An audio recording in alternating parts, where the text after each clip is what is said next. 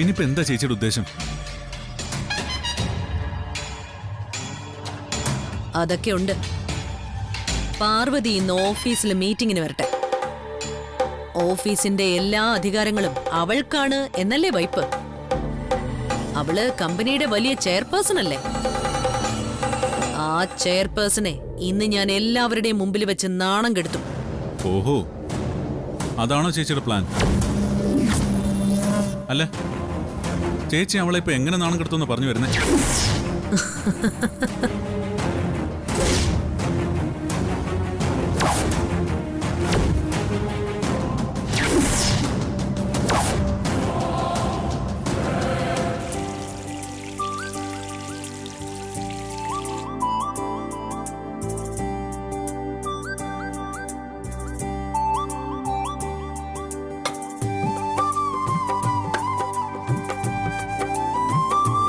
പാറു, ആ നീ എത്തിയോ? എന്താ പാറു, നീ എന്നെ ഗൗനിക്കുന്നില്ലല്ലോ? ഞാനിപ്പോഴേ ഇച്ചിരി തിരക്കില്ല മണിക്കുട്ടാ.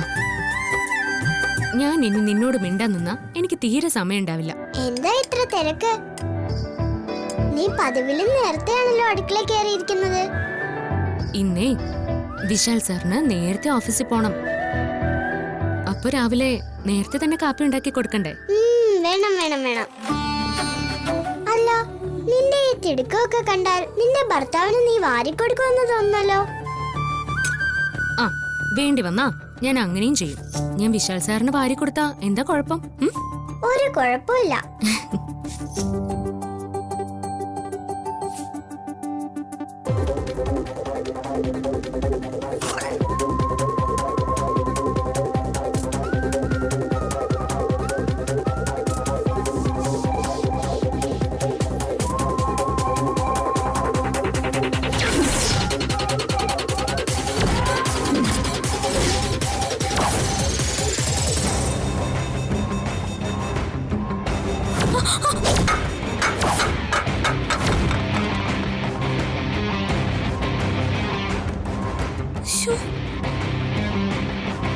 എന്താടി, നിനക്ക് കണ്ടില്ലേ?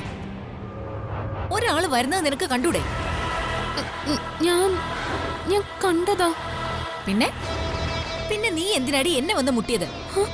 ഞാനല്ലല്ലോ വന്ന് മുട്ടിയത്, അപ്പച്ചല്ലേ എന്നെ വന്ന് തട്ടിയത്. ഓഹോ, എന്തോ ആലോചനയില് പരിസരബോധം മറന്ന് എന്നെ വന്ന് ഇടിച്ചിട്ട് ഇപ്പൊ കുറ്റം എന്റേതായോ? ഞാനല്ല വന്ന് മുട്ടിയത്, അപ്പച്ചെ ഇങ്ങോട്ട് വന്ന് തട്ടിയത്. ദേ പാർവതി, നീ കണ്ണ് കാണാതെ എന്നെ വന്ന് ഇടിച്ചിട്ട് ആ കുറ്റം എന്റെ തലയിൽ ചുമത്താൻ നോക്കിയാലുണ്ടല്ലോ എന്റെ വിധം മാറും, കേട്ടല്ലോ? ചുമ്മാ തർക്കിക്കാൻ നിൽക്കാതെ തറയിൽ വീണ ഭക്ഷണം എടുത്ത് ക്ലീൻ ചെയ്യാൻ നോക്കടി. എടി വൃത്തിയാക്കാൻ.